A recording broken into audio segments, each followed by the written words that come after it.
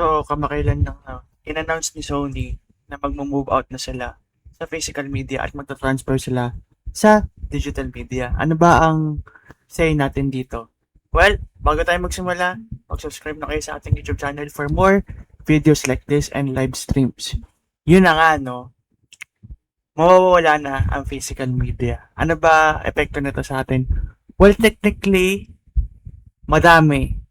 Malulugi dito ang digital stores, no? Like Data Blitz, Game Extreme, Game One, no? Kasi sila yung nagpro-produce ng produkto ng PlayStation o yung nagbebenta, no? Yung mga physical media outlets ng PlayStation, mga games nila. So, alam natin karamihan is kinalakihan na natin ang mga physical media. Simula pa lang noon pa, no? Noon pa yan. From, let's say, from PS1 hanggang sa mga older generation ng console noon before PlayStation. Sa mga DVDs, no? And na yan, in-mention ng Sony na mag-move out na sila. Well, technically masakit sa atin to.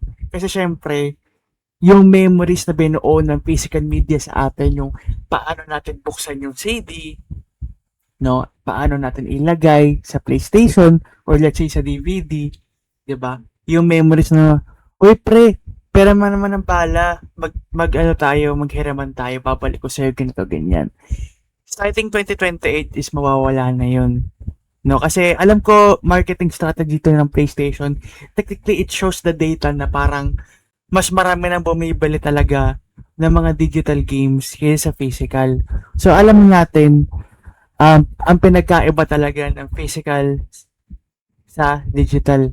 So, physical is sa'yo talaga yung laro, binili mo eh. Sa'yo yan eh. Pinaghirapan mo, no? Pinagkaiba sa digital is you're just borrowing a license. Hinihiram mo lang yung game. Hindi naman technically sa'yo, no? And technically, pwede alisin ni Sony PlayStation yung binili na game, yung binili mong game sa kanila, no? Kaya yun yung masakit doon. Kaya up to now, wala pang respond dito si PlayStation sa announcement nila, no? Kaya maraming gamers ang nagre-react dito, no? Yun ang backlash na yun ng PlayStation. And syempre sa ating mga games, masakit talaga yun. Kasi lahat tayo physical collector, no? Physical collector lahat tayo. Alam natin yung lahat. And na yun, hanggang next year na lang talaga ang let's say, pag-aano ng mga PlayStation games physically, no? By 2028, wala na yan. No? Kasi sa the upcoming PlayStation 6, I think yung PlayStation 6 is digital na lang mangyayari dito. Kaya, napakasakit talaga sa atin na mawawala na ang physical media starting 2028. So, yeah. Kayo guys, anong opinion nyo dito sa pag-anunsyo ng Sony na ipapatanggal na nila ang physical media to transform to digital media na sila? Let me know in the comments and mag-subscribe na kayo sa ating YouTube channel para for more videos like this. Maui out.